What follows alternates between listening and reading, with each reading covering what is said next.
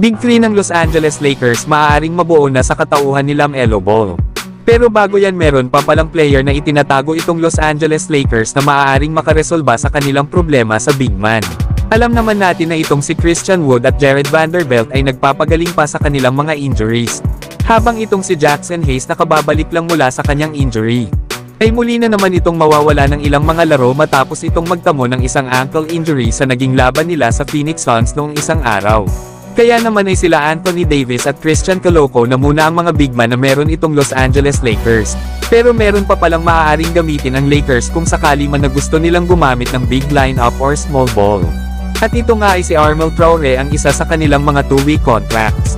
Isa nga itong forward na may tangkad na 6'9". Dati nga itong teammate ni Victor Wembanyama sa Metropolitans 92 at sa kanilang national team na France. Kilala nga ito sa kanyang pagiging athletic at energetic na forward. Isa pa ay scorer din ito kapag nabigyan ng pagkakataon lalo at isa pa itong mahusay na rebounder. Sa ngayon ay tinatrabaho pa nito ang kanyang dribbling skills, footwork at ang kanyang 3-point shooting. Pero sa naging laban ng South Bay Lakers noong isang araw sa San Diego Clippers, ay halimaw ang performance na ipinakita ni Armel Traore.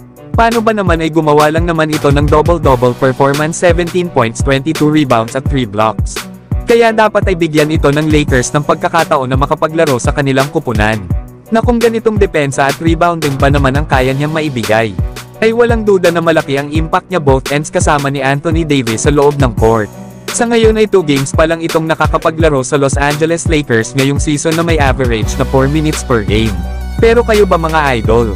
Gusto nyo ba na gamitin din ng Los Angeles Lakers ang kanilang 2-way player na si Armel Traore?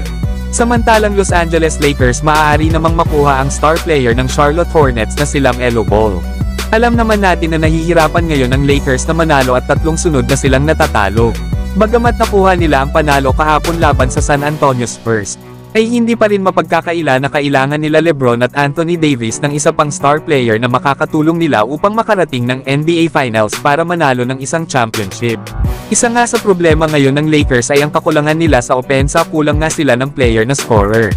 Na kung makukuha kasi ng Lakers itong si LaMelo Ball ay panigurado na lalakas ang kanilang opensa.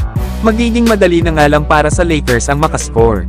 Bukod kasi sa pagiging scorer ni LaMelo dahil sa kanyang shooting at mga ginagawa nitong pag-atake sa rim, ay kilala din ito sa kanyang pagiging mahusay na ball handler at playmaker.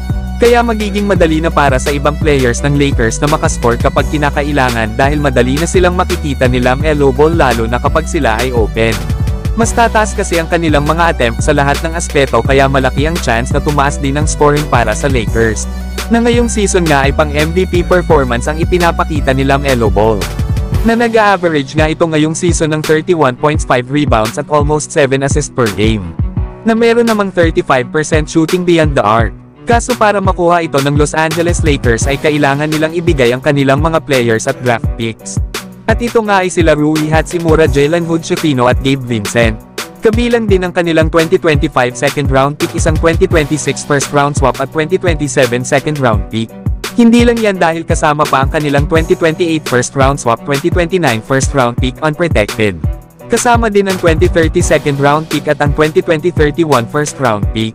Kaya ganito karami ang possible na maging kapalit ni LaMelo kung willing talaga ang Lakers na makipag-trade sa Charlotte Hornets.